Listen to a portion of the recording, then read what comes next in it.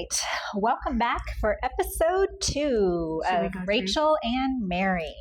Do we need to go through any of this first? I don't think so. I think we can just be authentic and transparent like we always are, right? Yes. So we hear it everywhere. Love yourself. But what the hell does that actually mean? Welcome to Rachel and Mary. 2 women, 2 generations, 2 healers.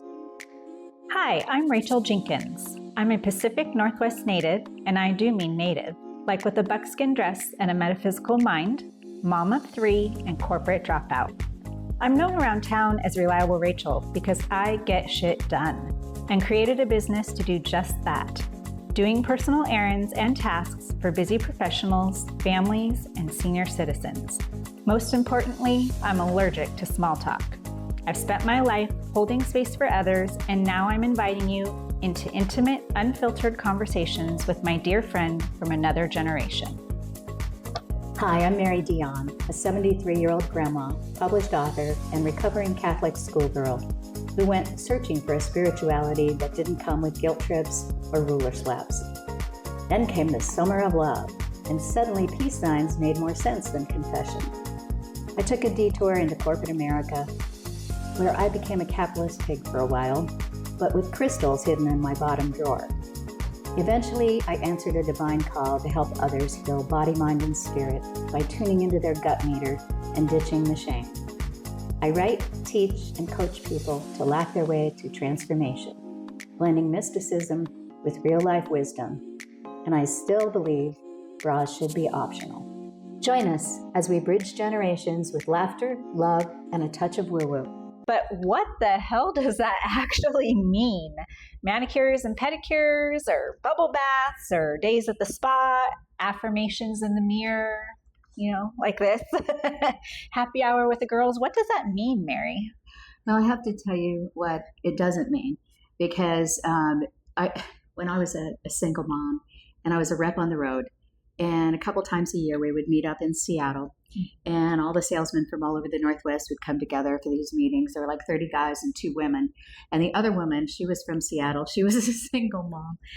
And as soon as we would meet that very first night getting into town, we would drink brains out because we were away.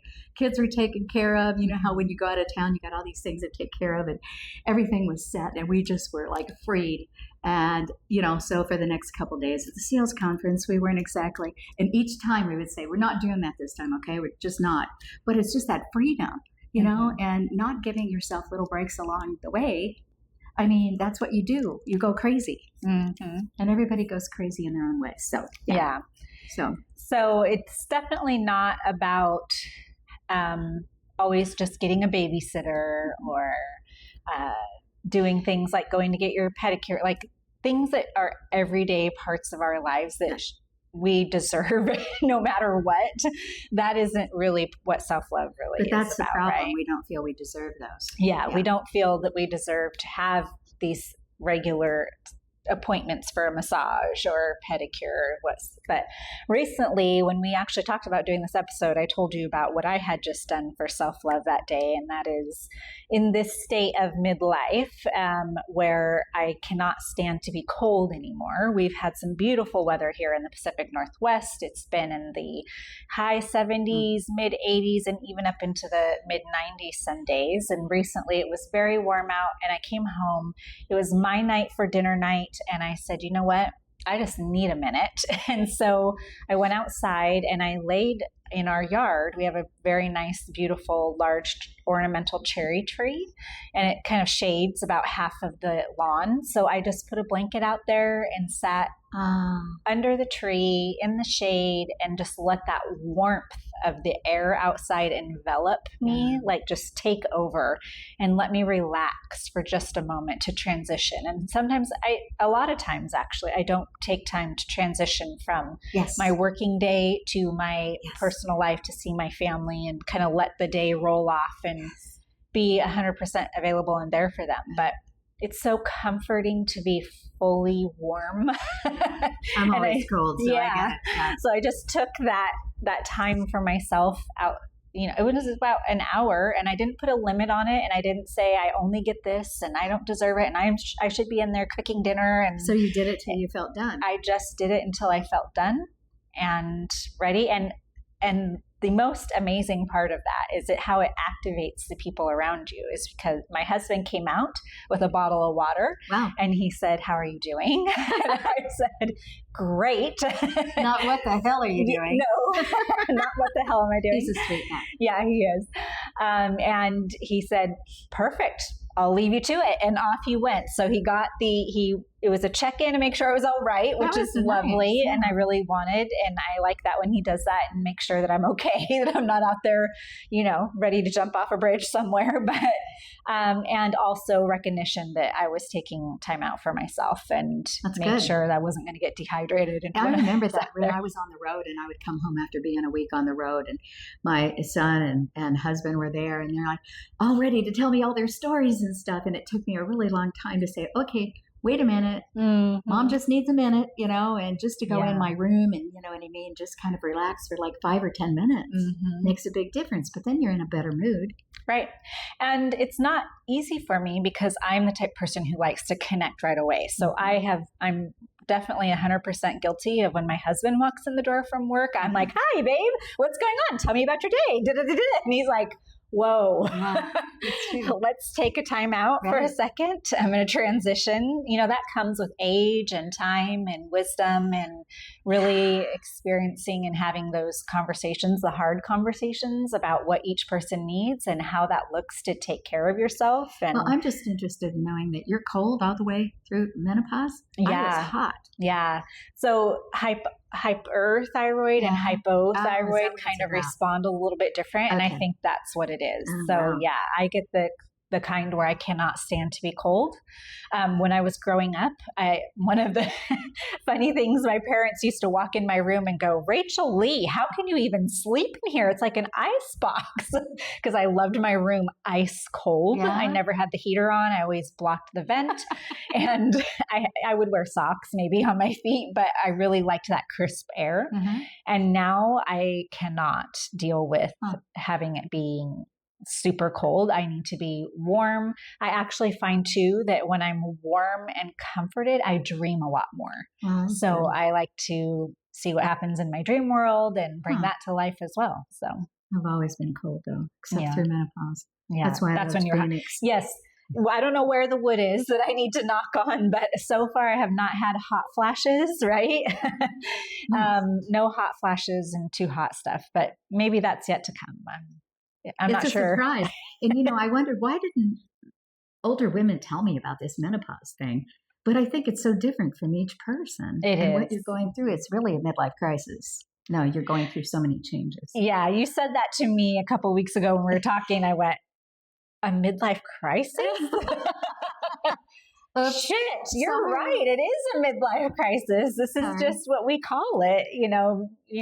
We're always thinking of men and their midlife crisis and what that looks like. A woman's midlife crisis really is this stage of perimenopause leading into menopause. And it's whole. It's body, mind, and spirit are involved in this whole overhaul. 100%. I agree with that. Another part of self-love that we're going to talk about is this good girl programming. Why don't you walk us into that conversation? You just gave me the willies. Well, in Catholic school, we all dressed like we were all like, I don't know, that good girl thing. And I really think in my age group, it's huge. You have to be a good girl or, but I think it's the same for Gen Xers too. Gen X is in that category. I think we're part of the performance culture where you need to behave a certain way, act a certain way, present a certain way, and be a good girl. A lot of us are people pleasers. Yeah. Right. So how do we give ourselves self-love? I think that's kind of the worst part is just the not knowing what to do. The people pleasing is just part of it. If you're a good girl, then you get treats or, when you're growing up, or if you're bad, you get spanked or whatever the hell happened in your house. But anyway, it's also that inability to say no. When you don't, you're overwhelmed already. And we work to the point of exhaustion. Yeah. And that is one thing old age has taught me. It infuriates me, but you just can't go. You kind of got to stop and rest a little more. Yes. that's one of the things. But it's an important thing. I wish I would have learned it earlier.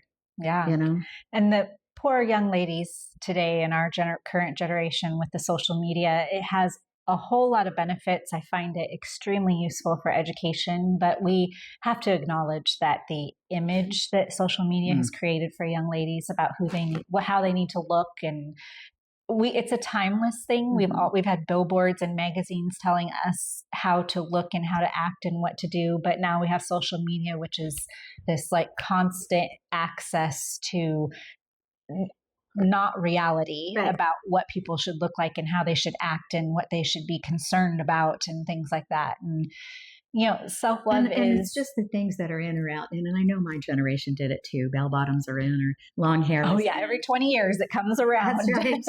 I still love them. The 90s are roaring right now. They really are. But I love those kind of things. And long hair was in and short hair was out. And if you had straight hair, that was better than curly hair. And, but I mean, now it's like big lips are in. That's the weird thing. And big butts, man, I wish that was around back in my day. Right.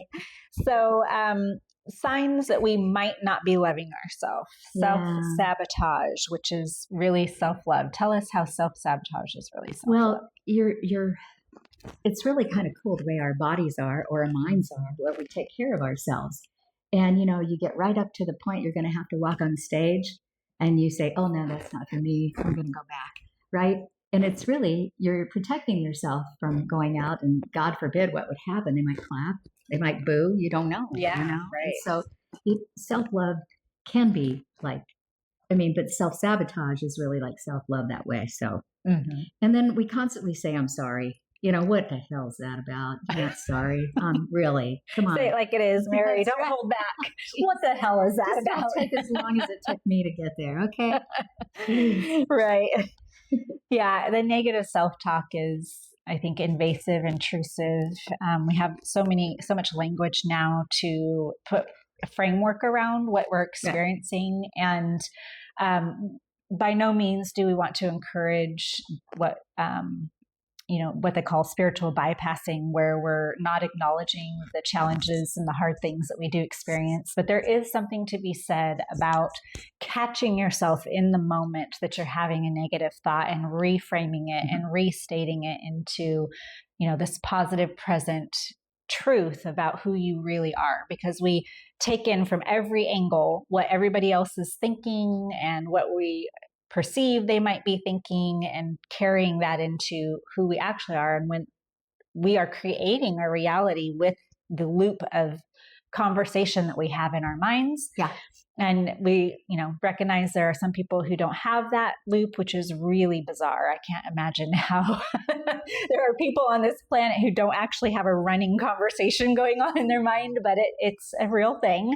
And, but when you learn the power of that, where you can really be in charge of what you're saying to yourself, you can create a really different day. Right. Mm-hmm. And we have to remember that people aren't really thinking about you. They're thinking about themselves. They're going back to the running loop in your head, Right. And I think that's really important to know. Another thing I think we do is we overdo things, and we don't get, like you talked about, resentment. I mean, as mothers, we overdo all the time, and you don't get the love back, that thing of being love unreceived. And, but you just keep trying harder, don't you? Yeah, you just keep trying harder. You keep thinking, I had this really deep dive conversation with a good friend of mine many years ago. She wanted to have another child, and I said, why? What do you think you're going to get from that? How many kids did you have at that time? I had all three of them by that point. And she said, well, someone to love and someone to love me back. And I said, parenting really isn't about the children loving you back. Get a dog. Yeah. Get a dog. It's more about self-sacrificing, giving everything that you have to them. You don't necessarily get it back in return, because they may turn out to be completely different human beings. They may not see or appreciate all of the things that you do until they're well advanced into their parenthood. And it doesn't pour into your tank as much as you are giving out to it. So, that's a reality and a fact of this motherhood that we take on, and we're giving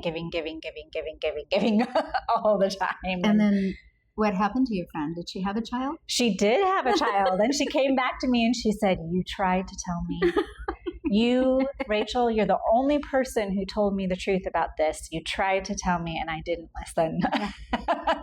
But that's life, you know. We can't, as much as you and I want to sit here and share all this wisdom with our viewers and listeners, we all have a path that we are on, that we have to experience and gain some of this wisdom ourselves. But definitely, we want you to reference this when you come back to it. Right. Getting pregnant and having children is not all it's cracked up to be. It's beautiful. It's wonderful. It is the greatest thing ever. Yes. So much of my selfishness from being an only child, or self-centeredness from being an only child, changed drastically when I had children. I learned how to make somebody else the center of my world, but it also took a lot of energy. So, do you talk to yourself like someone that you love? That's really important when we come back to that negative self-talk. Stop and take inventory of how you speak to yourself in your mind quietly about when you're feeling frustrated, or when you're angry, or when you really want to communicate something and you're holding it back, and how that comes through to you. And one of the really important things that I learned when I became an Ideal Life Vision coach, because we're both on this metaphysical path. I'm Reiki healer, Ideal Life Vision coach. It's really heavy on the neuroscience of how our brains are wired. And the fascinating fact is that when you hear the voice in your head, like let's pretend like you're my mom today, and you say, "Rachel, push in your chair" when you get away from the table. It's not your voice, if you were my mom, that I hear. It's actually my own voice saying what you say, with like a vision or a visual of the mom figure saying that to you. So what you're saying to yourself, your brain believes and hears. It's not so much these memories of parents or teachers or whomever that said something really negative or that made you feel bad. It's you saying it to yourself over and over again. So catch that, reframe it, and make the truth out of it. I know. And it was like, when I came to that realization, when I was writing my book, I was, all through the book, I would quote love songs like, if I just love my husband enough, he'll stop drinking, right? Love is all there is. Love will keep the world together. All these things about love. And I finally came to the point, it was like, oh my God, it's like, I don't love myself enough to put myself that. And I looked down at my body and I went, oh my God, thank you, little feet, for carrying me around all these years. And thank you, body, for being healthy after all I put you through, all the stupid diets and strenuous exercise and craziness. But really, I started doing that in the shower, thanking parts of my body. Okay, arm, I know you're a little achy today, but I still love you, Yeah. And taking the time to thank your body. In fact, I have a hypnosis tape on body acceptance. Maybe we can put a link. Yeah, sure. And We'll add a link. Yep. Mm-hmm. And we'll have that in the notes so because, that our viewers can when you look that. at what you've been through in life and all the changes, maybe you've been ill and had to take awful medications. There's just so many things. Yeah. To thank your body for. So exactly. So what is so we talked about everything that self-love is not. So what is it really? And the first thing we're going to say is it's accepting yourself, flaws and all. That's when you are and all, it's flaws and all. When you're an only child, you think that how you think is how everybody else thinks. You kind of get this sort of blinders on the side. You don't quite realize that the world isn't how you view it, right? And so, and what comes along with that also is being rejection sensitive. Mm-hmm. Until you get to some hard truths in life, it slaps you around a little, like, hey, wake up. And you start to recognize that you're not perfect and you can't possibly obtain perfect anything. And that's not really the meaning of life anyway. So to really see yourself as who you are and who other people are, that's a really great way to love them. Mm-hmm. And a really great way to love yourself is to see the parts of you that have room for improvement, the parts of you that are gifts and that you're going to share with everybody, and to love all of that together. That's what makes this experience here on earth so unique and valuable, is that we are human beings having a human experience with our flaws included. So Definitely. and when you are able to share with other people or maybe laugh with other people about what your flaws are, that allows them to love you back. Yeah. You feel loved when somebody knows you for who you are and they still want to hang out with you. They're still hanging around. Yeah. They still want to hang out and be your friend or your wife or your husband or, your parent or your child after that. So, and it's the secrets that make you, the things you try to hide that make you ill, really, trying to hide them all. But, like I always thought, I'm a middle child, so I'll apologize in advance for that. I have 6 kids, somewhere in there. Yeah. So, but accepting yourself, is really kind of hard, when you're comparing yourself to your older sister who's smart and, all the people. Anyway, but I really feel like accepting yourself is the hardest thing of all. And I was overly sensitive, but maybe your biggest flaw growing up that I thought I was weird because everything bugged me. I could tell when Dad came home how long we had till he was going to blow. And, you become overly sensitive to all these people in the family. But it really became my superpower when I started healing other people, that I could feel things, and help them release the energy blocks that they had. So, right. So look at your flaws that way. Yes. Flaws and all. Wear them proudly. Shout them out like we are. Start your YouTube channel. Share it with the world. Overtell. And you'll feel the love back. Feel the love. Setting boundaries. Boy, this is a really difficult one. When you grow up with such high expectations as an only child, you learn to please your parents and your teachers and everyone around you. And so setting a boundary and saying, I don't feel like doing that today, or I cannot meet that expectation, or I need space because I am an only child and so I'm used to being in my own bubble and I need to have the sensory sensitive portions on pause for a moment, please. So in relationships, setting boundaries, you just learn to really be sort of codependent and a fixer, which is not healthy. So we have so many tools that we can share with overcoming being the fixer and how to set boundaries, don't we? Yeah, the codependency thing is awful. And then listening to your body, stopping if you're too tired and saying, no, I can't go. My granddaughter was coming over the other day. And it was late in the day, and then she called and said, well, her friend wasn't ready to come yet, so she was going to be an hour late. I said, okay, come over and get this stuff, and you go back home and do it. We were doing this kind of sewing project. And, I hated that because I love spending time with my granddaughter. But I was just tired, and I just needed that time for me. So, you feel kind of guilty sometimes. But I think it's really important because when we listen to our bodies, it will tell us a whole lot of stuff. What is my body telling me today? And then you wake up every morning, your body feels like part of you that you're not ignoring, which I powered through for many years. And you just end up with a lot of diseases and everything else. So, yeah.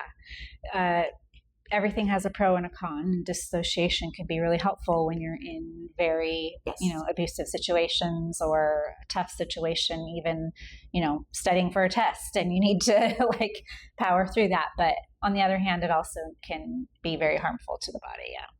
Especially long term. So spiritual connection, trusting that you are worthy just because you exist. This was major for me when I left my children's father. I was in my high school sweetheart I was with for 18 years from the time I was 14 into my 30s, and we had 3 beautiful children. But he, God love him, was an addict, and we had a very dysfunctional relationship, and he was emotionally abusive to me. Started to get physically abusive at the end, but that's the point that kind of snapped me out of it and got me out of there. But the first thing I did was went to church when I left. And the reason that worked or helped me, which, I don't judge people for being church going or not church going, but my pastor gave a sermon and the tagline was, God loves you God cares about you and God wants to help you. And that was so, after being in an unhealthy relationship for so long, to know that there was an entity, a power, a higher power, an energy out there that cares about me, loves me, and wants to help me, and that I was not alone on my own, was incredibly healing for me. And so like part of being at church is them telling you God knows every hair on your head. You're fearfully and uniquely and wonderfully made. And there's so much in the Bible that can really help a person come into feeling like, I have a right to be here on this planet as I am, broken apart into 1,000 pieces, that I still have some value. And so that's really freeing and healing. You know, and all of this stuff really changes for different stages of your life. You're noticing that in menopause. And as you get older, you know, I've always kind of had that spiritual connection. I think my mom taught me that early on, but it didn't have anything to do with what I was learning at school. Mm-hmm. You know, I mean, it was just, you know, we go to mass every morning and then we had to go to confession every week. And it's just this ritual that I didn't really appreciate until much later life. The beautiful rituals in the Catholic Church are amazing when you think about them. Yeah. But, you know, at the time, it's just like you're going through the motions. You're like a robot. It didn't really click in. Mm-hmm. So it does change. I feel like I've always had this spiritual connection and kind of was divinely guided. Yeah. You know, and I always worry, I would think fate is huge, you know. I mean, it's a divine plan that God has. How did we end up in floor covering, for God's sake? I mean, I didn't grow up to want to be a carpet salesman. Right. You know, it's crazy. 100%. So when you go into that, you feel more comfortable and you see, I guess astrology did that for me too. I get to see who I am through the stars' eyes. I don't know that much about it, but it's fascinating to me when you meet people. And for me, it's numerology. I got deeply into numerology and understanding that people are born with certain traits and characteristics. They are not trying to hurt me. And it's, you know, there is a place for every single type of person on this planet. It doesn't work without there being a, you know, numerology life path 1 and a numerology life path 8. And like we need all of these life paths or personality types and characteristics to make this world the beautiful, diverse melting pot that it is, right? It's how it goes round. And God made us all different for a reason, you know? Yep. Another great way to practice self-love is to prioritize your health. So we talked a lot about perimenopause and how the body keeps the score and all the different ways that we create our physical presence by connecting to our mental and spiritual existence here. And putting all of those together and really giving that a priority is extremely challenging in this era, right?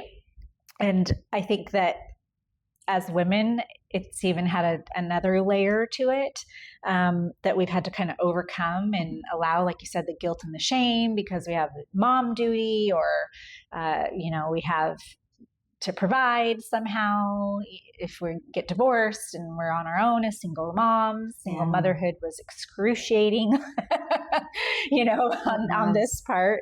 And of course, our health starts to take a back seat to just the day-to-day life that we're living. And that's a way to really put yourself in number one position and show yourself some self-love is to say, I'm going to take some time to figure out my health. Mary showed me a picture when we were talking about this podcast or this talk show of when she was at my age that I am right now, going through perimenopause and menopause. And I looked at her and I said, Mary, anybody that knows you and sees you now can see that you were struggling during that period. You were very overweight. Your skin was very dry and dark and just not healthy and vibrant like it is now. You have, you know, all your puffy, cute cheeks and collagen. Like you were just like, this is life and I'm here and I really would rather not be. It's kind of how it looked in the picture, right? Yeah. So husband with addictions and then, just trying to keep all the balls in the air. And I think that's, you know, that's really a good point about body, mind, and spirit being balanced. You know, a lot of times as mothers, we leave that part out. and we teach it to our kids. Yeah. We teach them, but Yeah. we don't drink from the same cup that Right. we're teaching them from. We have to pour, what is that they say? You have to have a full cup before you can pour out, or, true. yeah. That's really true. And we run to our addictions then. That's, we have, some people drink, some people smoke, some people Binge watch TV or need doom scroll on social media, Right. or Yeah. go shopping online. Oh, for an online afternoon. shopping. Yeah. Or, of course, my personal favorite, peanut butter and chocolate ice cream. Maple bars, guilty. Maple bars. Oh, yeah. I love them too. Yes, it's my kryptonite. Is it? Yeah. They just smell so good. Yes, they do. So, what are some of the barriers to being able to give ourselves some of that self-love that we're talking about today? I think one of the biggest ones for me has been that fear of being too much. Yeah. Okay, I'm an Aries, and as you can see, I can't sit still. I don't know what it is. I try. I'm really trying to be good here, but I just, being too much, being too out there, or being too loud, or being whatever it is, And I think a lot of women have that thing about being too much, which is really not letting who they really are out. Yeah. And it's definitely a sign of anxious attachment. Yes. And that thing that we have to be smaller Right. so that we can be safe. Safe. Right. It's all about safety. But when you don't feel safe, you immediately get anxious and you get like, I'm too, and then somebody says, chill out. Right. What is wrong? Calm down. Our Calm favorite, down. calm down. Don't you dare. Yes. And yeah, it does feel like I'm just too much to handle for whomever is in our lives around us at the time. And it's just not true. It's something we can work through. We can Right. learn to recognize. We can learn to heal through that. We Right. have, the hypnotherapy is a really great way that you do with people to Mhm. overcome that kind of thing. Learning to center your energy, kind of the Asian and Eastern Asian methods I of do a lot of that. Yeah. like the Buddhists and all that kind of stuff, connecting to who we are on the inside, coming into this space, the present moment. I mean, there's so many ways that we Like can. being overly sensitive. Like I don't like to be in large groups when it's all like, I don't like small talk either. Yeah. You know what I mean? I like to be in groups where we're discussing or whatever. Yeah. But the thing of it is I would always like be in a group, So I would put on like this energetic thing around me, like a bubble, to protect me from all these energies. But then I felt like kind of like a hard-boiled egg. I felt confined, but what I decided I would do is I would just get inside, make my energy bigger. And then they have Take to up deal more with space, mine. right? Take up more space. Yeah. And you would feel more safe inside your own energy bubble. Mhm. So that was just one thing I did. But Yep. Another barrier is we mentioned in episode 1 is called the witch wound, or fear of being too much, which is what we were just talking about. So that's Mhm. just the nomenclature, or the name for Mhm. what we were talking about. The fear of being too much is that if you're successful, if you're able to heal, if you stand out and people notice you, if you make more than your husband. if you make more than your husband, you're somehow going to suffer, Yes. right? From that, you're going to be burned at the stake. We all have this inner child in us that has wounds that Yeah. we can spend some time with to see where we're at. And when we don't take care of that, that's when we don't understand how to add self-love Right. into our lives, right? We're berating ourselves. We're trying to fix it and Right. find the next greatest class or thing to Right. do The to next figure big out thing. who we are and why we are this way. But really knowing thyself, Yes. right? Finding out why, like we talked about numerology, astrology, Myers-Briggs, human design, Enneagram. I mean, there's We've done them all. so many tools to help you understand why you are the way that you are. Sorry if I just bopped that. And then why the person that you're interacting with or that are surrounded in your life are acting the way that they are, and really finding that inner child and freeing her or freeing him so that we can be the best possible versions of ourselves. But we're so driven. Our culture is driven. Mhm. And by how much money you make or the house you live in or all these things. And that's our barometer. We judge ourselves constantly by everyone else. Like, are we doing as good as our friends or whatever? Yeah. And as you get older, that really doesn't make a difference. And I noticed when I moved in here, we could make up stories about our past. And, we had one lady that lived here that she was an airline pilot. She owned a cooking store. She worked for the FBI.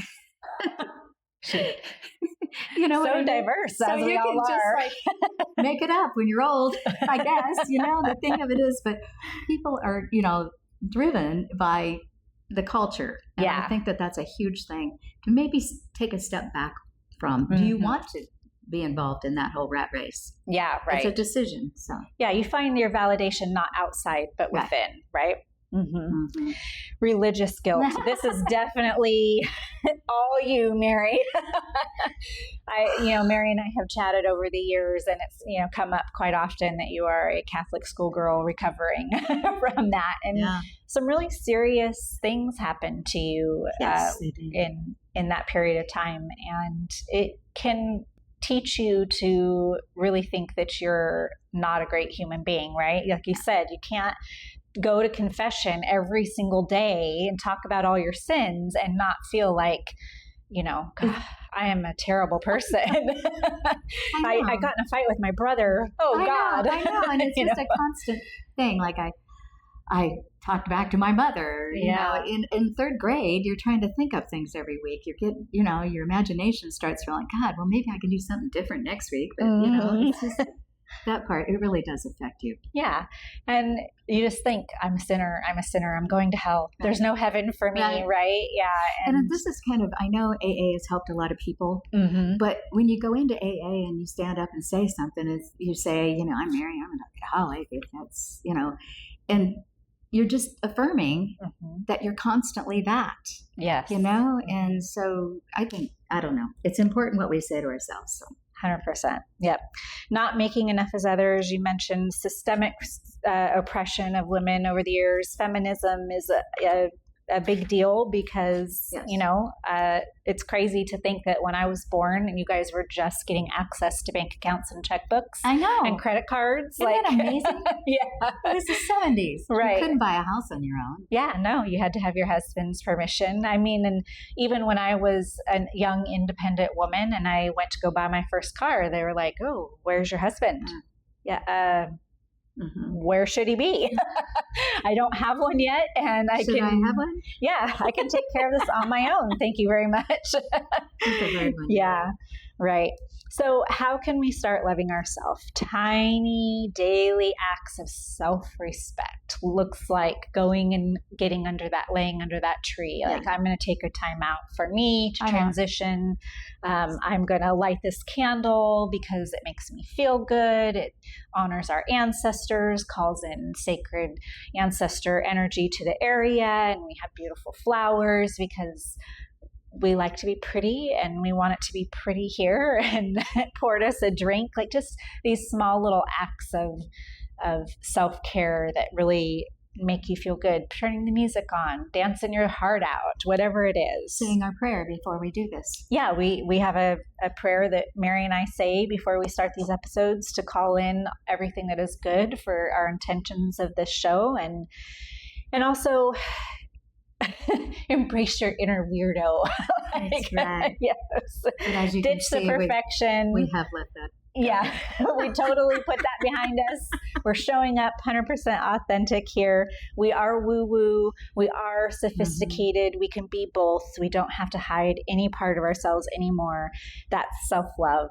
And then personal stories we've kind of given throughout this episode of how that looks for us. Another one that I do is, I don't know, this doesn't apply to everybody based on what time you were born, but I was born at 7:04 in the morning. And so I regularly set my alarm for 7:04 because that's when I came into life. It feels really comforting. Cool. I like that. Yeah. And it's like a little act of taking care, like acknowledging, like, I'm here, world. That is cool. And it's okay. I can take up space, like you said, and I belong here. And, no matter if you have a birthday that's maybe in the middle of the night or something, maybe once a month you wake up at that time and just celebrate that you're here and you have a space on the planet, that it's okay to even if you're not perfect, maybe you're struggling with mental health, or maybe you have a really tough marriage, or maybe you have a child with a disability, or there's all kinds of things that are going on, but take a moment to acknowledge that you're present here in this experience, and it's a good thing. Well, I was born at 12:22 at noon, so I don't think I'll be sleeping that long. 'Cause I'm in Aries. I'm up at 5 every morning. Right. So, yeah. But take a pause Take at a pause. I lunchtime can to take a just pause. honor the fact that this And is my dad was funny. He said that you're born 9 months exactly after the act. And I said, but I was born at noon. He goes, well, you were a nooner. Gotta love it. Dad Gotta was love it. funny. He was That's where you get your humor from, huh? Probably. Yeah. Probably. And really, we're women. We're going to celebrate our feminine energy. But this is a thing that we have that's important, it's valuable, and whatever Right. that means to you, however that looks, that doesn't necessarily mean a pedicure or your hair dyed or lipstick or makeup on. It could mean a walk out, or a hike out in your favorite Columbia Gorge hiking trail, or gathering with your friends and Right. having, a mocktail or a cocktail and Whatever getting it together. is for you. Mm-hmm. And I, one of the things that I've realized is how I feel is much more important than how I look. Yes. You know, I mean, if you Love feel that. good on the inside, you will feel better on the outside. But the thing of it is I will never be thin enough, I guess, in my own mind, and letting that go. This is it. You're old. This is it. You know what I mean? But it's nurturing that inside. And I think that is the main thing with getting old. Yeah. When you got the inside going more than the outside, Mhm. you can be invisible, and it's kind of nice. You can kind of sneak around. You know what I mean? That show, Matlock. Matlock. Yes, I love that it's show. great. They never see you coming. Never But see she's it got coming. all that wisdom. That's what I love Yeah, about her. Yeah. Right. So to recap, self-love is not selfish. It's Mhm. survival. It's spiritual. You have a journal prompt for affirmation. Do you have that you want to offer for us? What would I do today if I truly believed I was worthy of love, joy, and rest? Yes. And I would add to that, had no doing to be done, Right. right? We don't Right. have to be doers. We can be receivers. And don't give up on your dreams. I think Mhm. that's really important. Like, I didn't write my book till I was 55. If you have a dream like that, I mean, that's honoring yourself Mhm. when you finally move towards your dream. Yeah. And God wouldn't give you that dream without a way to get there. Right. We invite you to add into the comments Mhm. below what your self-love activity is. That would be Share it great. with everybody so that we can all help each other learn what to do. And are we going to do cashmere advice today? We can. Okay. So we're going to share at every episode a segment we'd like to call Cashmere Advice And Sage Wisdom. Sage Wisdom. So I have this bit of advice that I always share whenever anybody asks, and it's something my mother taught me, and I think it is incredibly profound, especially considering that she was 15 years old when she had me, when I came of age and started sexual relations as they were. She said to me, again, Rachel Lee, don't get your body into something your mind can't handle. I think that is so cool. Yes. And, from her perspective and point of view, I think she really was trying to tell me, like, don't get yourself pregnant, because that is incredibly challenging, Yes. especially at the age I was 14 when I started having sex with my children's father. And I think that was really, but as I got older and I really thought a lot about that statement that she told me and It's taught me, huge. is that there is this, we talk about the woo-woo all the time. When you are sharing your body with somebody and connecting in that way, you are leaving a part of your energy, especially the male entering the woman and leaving his essence, his energy, his DNA inside of you. Can you mentally handle that? You don't even know when you give your virginity away and you're having your first sexual encounter. You don't even hear about that. If it's not a conversations our moms, grandmas, aunties, best friends are having with us, telling us that energy is being left inside. Do you have the mental capacity to handle that? And it was so profound. And every opportunity I get, I tell people, do not get your body into something your mind can't handle. My mom was incredibly wise at She was very her wise. young age, because she was not even 30 years old when she told me that. Wow. Well, I wish my mother had told me that one. Yes. It was the summer of love. Okay, it was a different time. Right. I was the stereotypical Catholic girl that went bonkers. You know, Yeah. I really must admit. But it was a different time. Yes. Okay, you know, you had gonorrhea and syphilis, but you didn't have STDs and all these other crazy Yeah, things. AIDS wasn't a thing. It was just, Mhm. it was a different time. It was- Yeah. Yeah. But I do have to say that my mom was really strict about a lot of things. And I think that was one of the reasons why I did go off and go crazy. Mhm. But it's so important. But I didn't learn this lesson until I was 35 and divorced the first time. And my husband screwed around on me the whole time. And I guess I was trying to be cavalier about things. Yeah. This is when I finally learned, you know, I thought, well, I can be just like guys. I can screw around and do this and do that. Yep. No, you can't. No. You know, It as has a women, lasting impact it really does on your energy. and it is them entering your body. I mean, think about that. We just act cavalier about sex. Yeah. It's a big deal. It is a big deal. And don't take us wrong. If you enjoy sex and want to have lots of sex, go have lots of sex. Do it. Just remember, there's this energy that comes with it. Learn the tools, how to protect yourself. Always protect yourself physically, and you know, make sure that you can handle the mental load that comes with it. Yeah, because a lot of times it's really demeaning. Mm-hmm. You know, Yeah. you feel less than. Yep. Just because there's. They're just so immature. Oh, thank you. She used a nice word for that. Yes. So immature. But they just don't. They're not thinking. Yeah. They don't think like us, and they Yeah. have no idea that it's that serious. And of course, we're talking about heterosexual relationships because that's what we have experience Yeah, in. So please, That's true. you know, take it with a grain of salt if you are other than heterosexual. Believe It me, may I'm be not different giving sexual experience. advice here. Right. Exactly. But no matter, you know, homosexual, heterosexual energies being exchanged, be aware of it. Make sure you're mentally prepared to handle that. Mhm. That's my cashmere advice today. That's good. So our next episode, We are going to talk about being too much or the fear of being burned at the stake. yeah, And our witch wound. it's called the witch wound. Yes, it's very interesting. And, you know, you don't have to have had those dreams of being burned at the stake or past life regressions where you'd been locked in dungeons. You Yeah. don't have to have all that, but Right. yeah. you got the DNA of all of that happened before you came. Yep.